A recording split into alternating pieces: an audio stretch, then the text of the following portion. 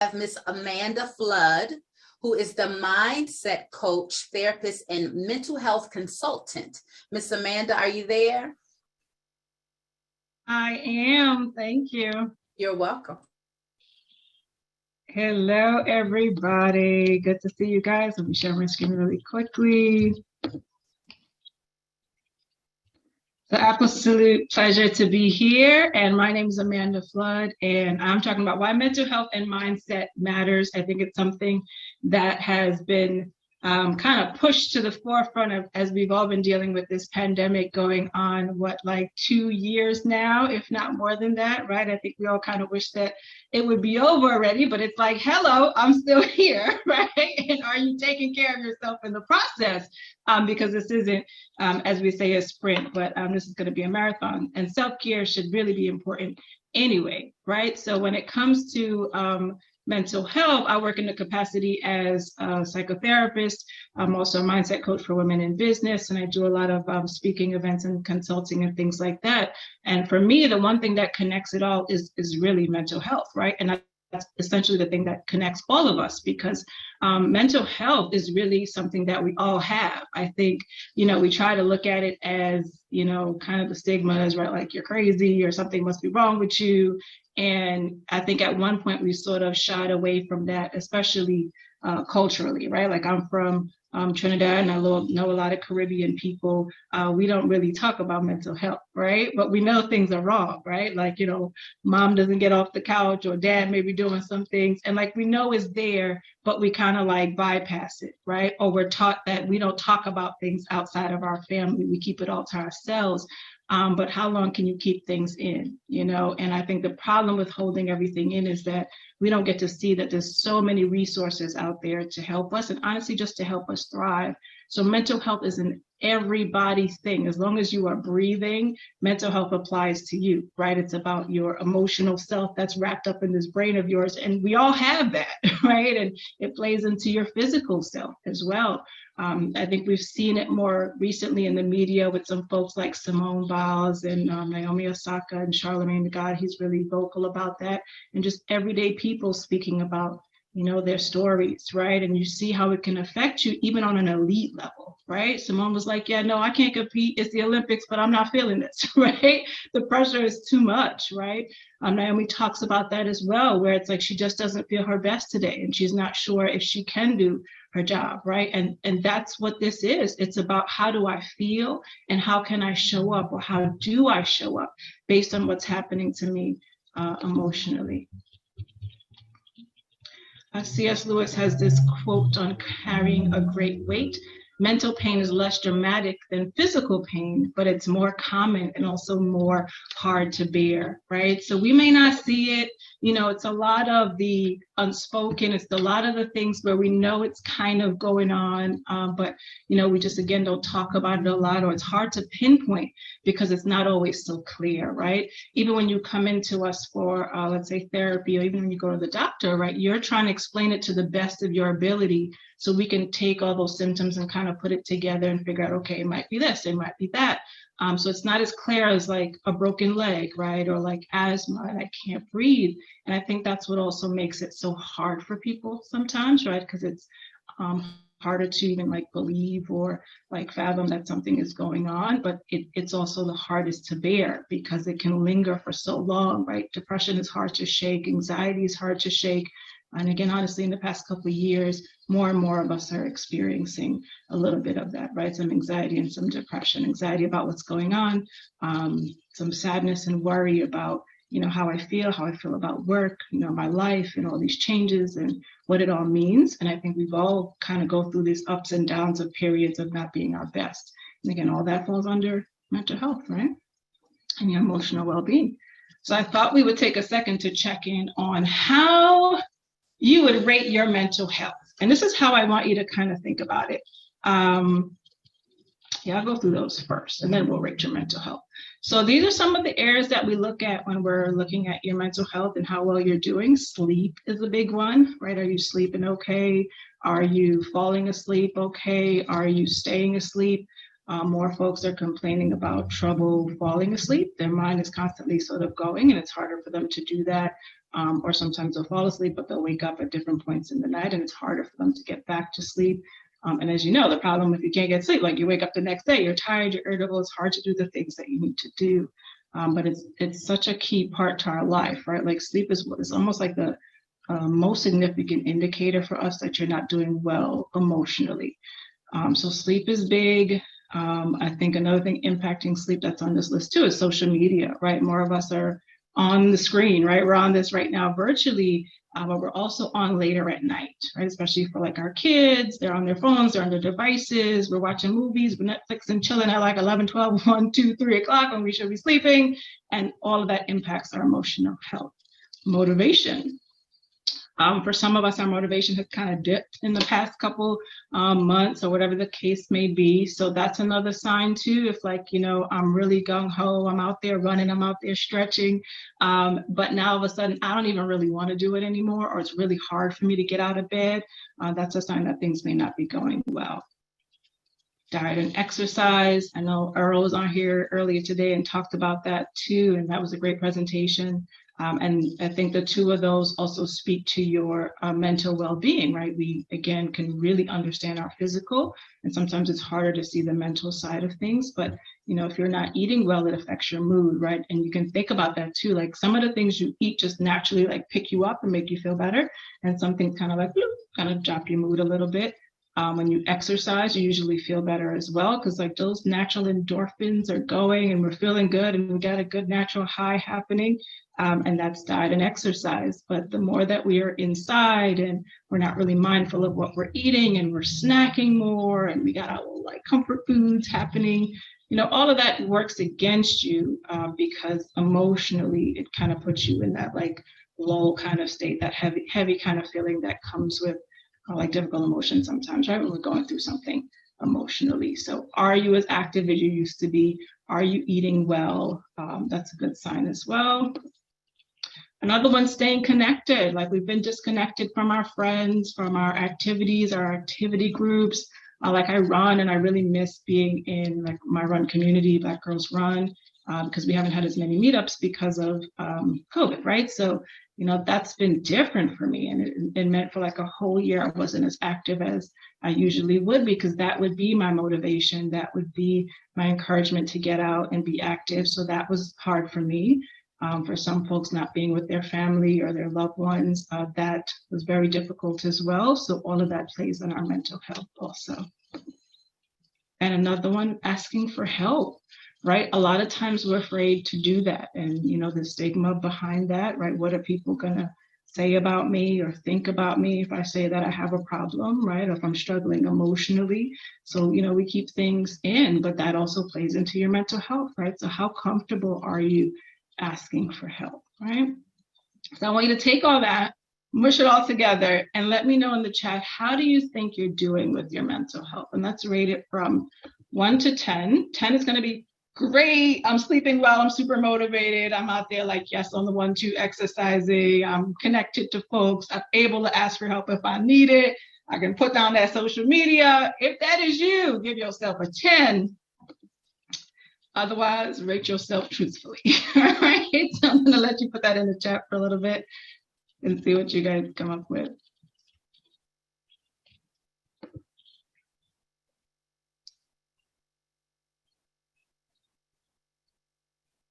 Okay, we have some halfway points there, like some 6.5s or 6.5, 6.5, some 5s, some 7s.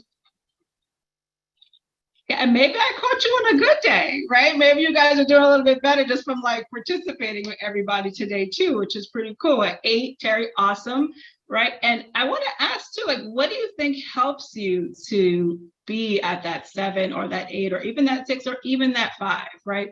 I'm impressed even at a 5 that, you know, that you're here, right? I think that's great, and we've got to give ourselves credit for that too. So what are some things that help you guys? What do you do that helps you with your emotional health and well-being? Drop that in there for me. Faith, absolutely. I think faith is a source of strength for us, right? If prayer is part of your life or spirituality, I think those are great ways to naturally boost your your sense of self, and to give you like a purpose and a hope, which is important because sometimes when things are so uncertain or we're in that place of like sadness and that heaviness, we need a little bit of hope. Meditation, absolutely. I'm going to do a little meditation at the end too.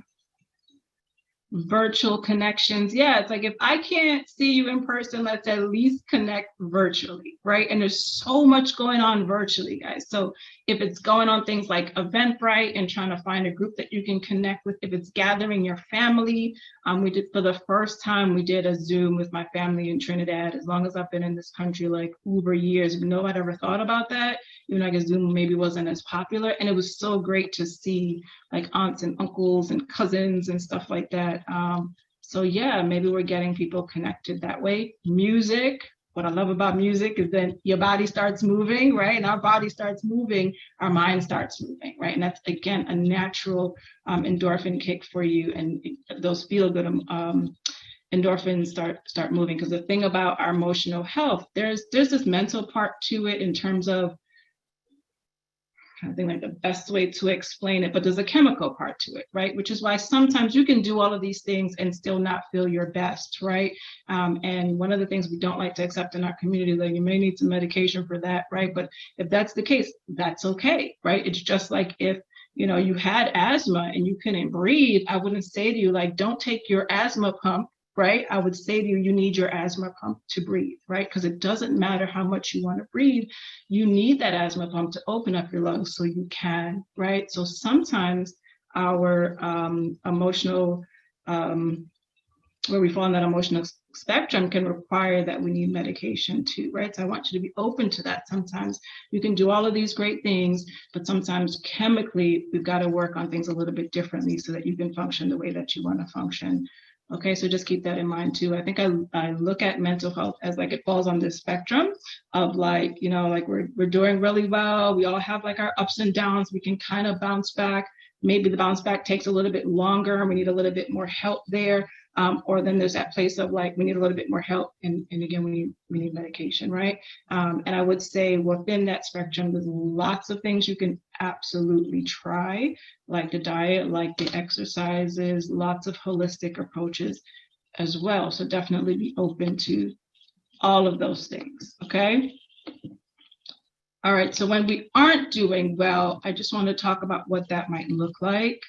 So we're aware what we're kind of looking out for, right? So anxiety, what it might look like is it's hard for you to turn off your mind. You're constantly overthinking or worrying, or you are just like afraid of things, right? I'm afraid things are going to go wrong today, or do you have like a significant phobia like driving or spiders, something like that. Anxiety also shows up physically. So that's how some people notice it.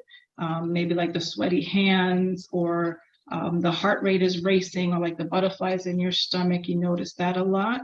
That may be shifting on the side of, okay, this is anxiety, girl, right? If any of this is happening for like at least a week at a time, and it's harder to shake, if you will, or move past it, or it comes back more often, then we may be just looking at something a little bit more than the typical everyday, like stress, worry kind of thing.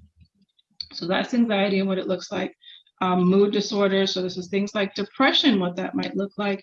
Some sadness, changes in your sleep. We talked about that. If you're sleeping a lot less or you're sleeping a lot more and you're waking up and you're still like tired and no energy, that could be a sign that something's going on, right? Or if we're coping with things in not so healthy ways, right? We're drinking more than usual, or there's some self-harm happening. You know, those are things that are kind of like red flags for us that I need a little bit more help. Right? Or the things I used to really enjoy, I don't really do them anymore, right? You know, if it's running, if it's writing, reaching out to folks, right? Or I'm noticed more like negative thoughts, right? I'm thinking like, you know, like I don't want to be here, or, you know, like it doesn't really matter if I wake up tomorrow, like things like that. That's what we want to look out for, because it means that we just need a little bit more help, right? That things just aren't going as well as it should, right? Similar to, you know, if you had asthma, right, and like I'm feeling that tightness in my chest and it's giving me a sign that, okay, something is going wrong and I need to intervene. Same way emotionally, your body and your mind will give you those signs and symptoms as well, right? So you just got to notice, just got to pay attention, and it all impacts how we show up, right? So maybe you're like, none of this applies to me, right? But listen, like we all deal with life. So at some point it will, right? And for you, if it's just about, sometimes I'm a little unmotivated, sometimes it's harder for me to make decisions. Sometimes I hold myself back and, I don't take a lot of risk, or I second guess myself. That's still within the realm of your mind and your emotional health and how you operate in life, right? So I think that just means maybe you just need a little bit more work on like your mindset and how you think, right? And for me, that's where the mindset part of this comes in. Taking a step back, I think just to understand how we even arrive to this place of like worry and overthinking, a lot of it is often based on not just like biologically, but our outward experience with the world, right? So some of our early childhood experiences, if we've experienced things like trauma or significant losses, and then just like our lack of skill, like we aren't really taught always how to deal with our emotions, right? Or how to talk about it, or how to communicate that with people, right? We're taught to not talk about it, to go to our room, right? To not say anything, right? To be in our corners. So, when we don't have the skills to come and express ourselves, sometimes that also plays into things like this showing up. It's almost like it's just building, like that soda bottle pressure building, or that pressure builds, and eventually things fall apart. The falling apart, again, is like the spectrum, right? I may start with, I'm unhappy and I'm not doing the things I would like to do, and it can progressively get worse if we don't have the skills to really kind of handle it. I think another reason why we arrive at this place is that we're not really willing to invest in ourselves, right? We are scared to go get the help that we need, right? Like I see a lot of folks and their resources coming up here, and we're listening, but do we listen, and are we willing to act, right? So you have to know what you need, and just like you would invest in getting a new car, or updating your clippers to cut your hair, or get some new shoes, whatever it is, like you have to be just as willing to invest in what's going to help you emotionally and physically.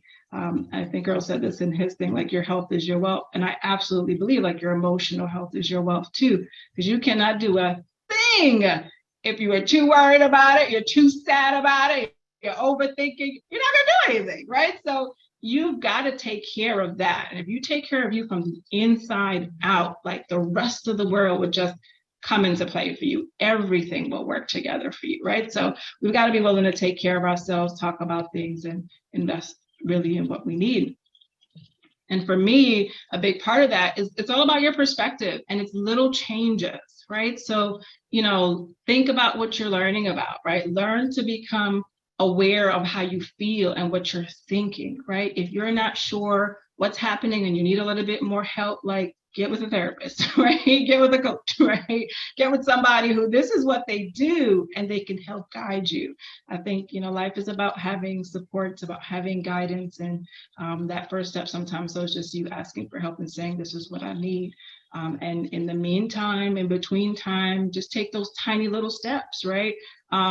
He talked about just adding more water to your diet, right? The last presenter on like getting up, like I need to get up. I need to set an alarm so I can be more intentional about getting up. But it's those little things. If you are consistent with the little things, it's going to lead to big changes in your life. And I think the same thing emotionally, if you take little steps and think about, okay, maybe I'll work on my sleep this week.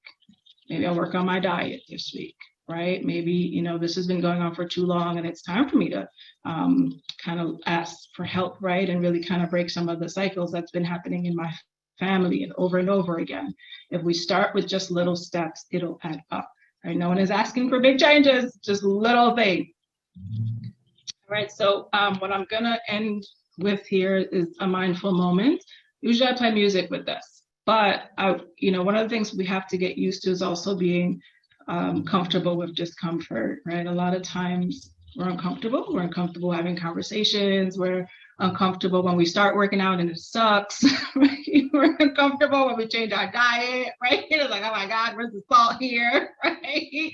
I'm currently doing this bad thing. I can't eat meat. And I'm like, oh my God, how do you vegan people do it, right? Sorry, Roberta, right? So, but sometimes that discomfort will make us go back to old habits. So a big part of my work is mindfulness, which is about just being aware of what you're feeling and what you're noticing and really understanding that you don't have to react to everything, right? Really understanding that because I feel a very strong emotion or a very strong sensation, it doesn't mean I need to do blank, right? It doesn't mean I need to, grab a donut and go eat. It doesn't mean I need to like quit this thing and, grab some chicken. It doesn't mean I need to stop my workout because it hurts too damn much, right? It doesn't mean that I need to stay in bed because it's too hard to get up, right? It's just about noticing it and then instead trying to make some conscious decisions so you can really change things. So what I'm going to ask you guys to do where you are, wherever you find yourself, seated or standing, if you like, whatever works, right? If you're on the floor, whatever works for you, if you can just get into a comfortable position.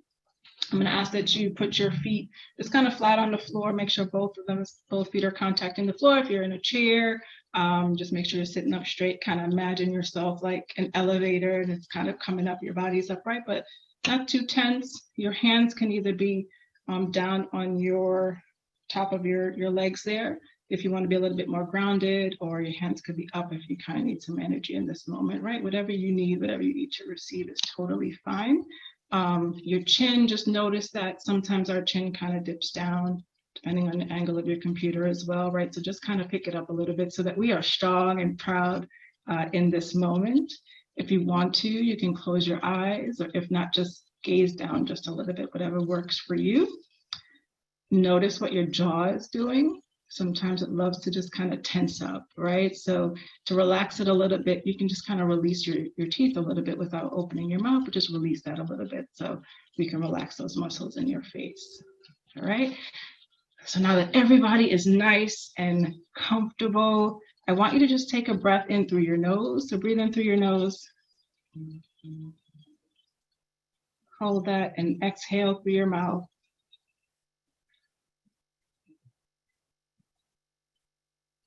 One more time through your nose.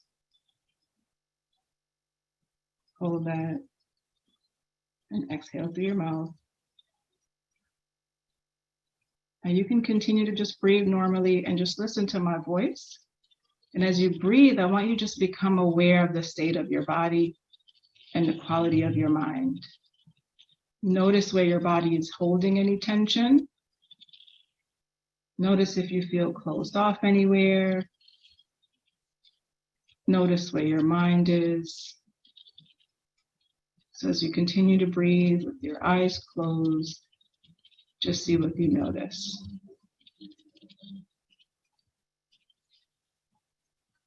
Notice if your mind is filled with any distractions, negativity, any restlessness. Just notice.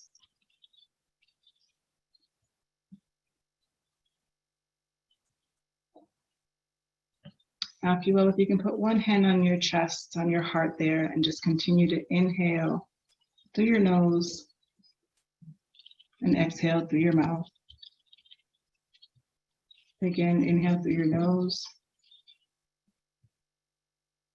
and exhale through your mouth. And as you continue to breathe in through your nose and out through your mouth, I want you to just notice how you feel with your hand on your chest. Notice if you experience any love. If you don't, pretend that you do, and allow it to just spread through your body as you breathe in and as you breathe out. As you continue breathing, just let your breath become more smooth and effortless. Continuing to breathe in and out through your nose. Just feeling the flow of air moving into your lungs and back out into the world.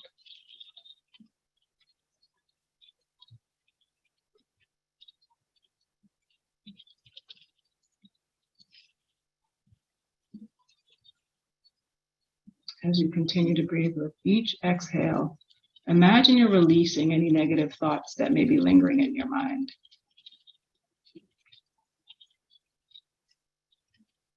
And on the inhale, I want you to think, I am worthy.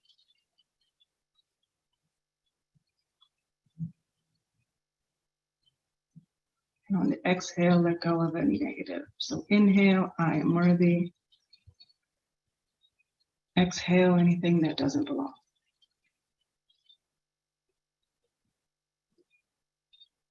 Inhale, I am worthy. Exhale anything that doesn't belong. And just take a few moments to yourself, breathing in that I am worthy and releasing whatever is no longer serving you.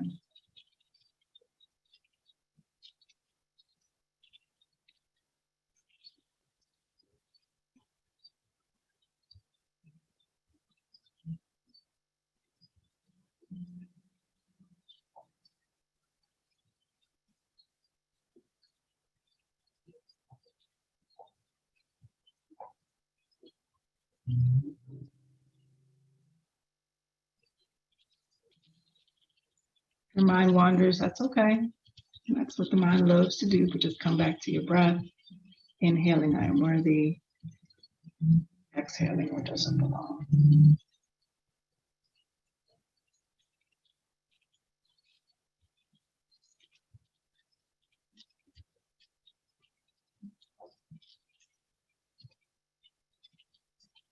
When you're ready, just take another big breath in through your nose and let it out. We're going to do another big breath in and a big breath out. One more, because sometimes we're afraid on that out. So big breath in and a big out like nobody's listening. Awesome.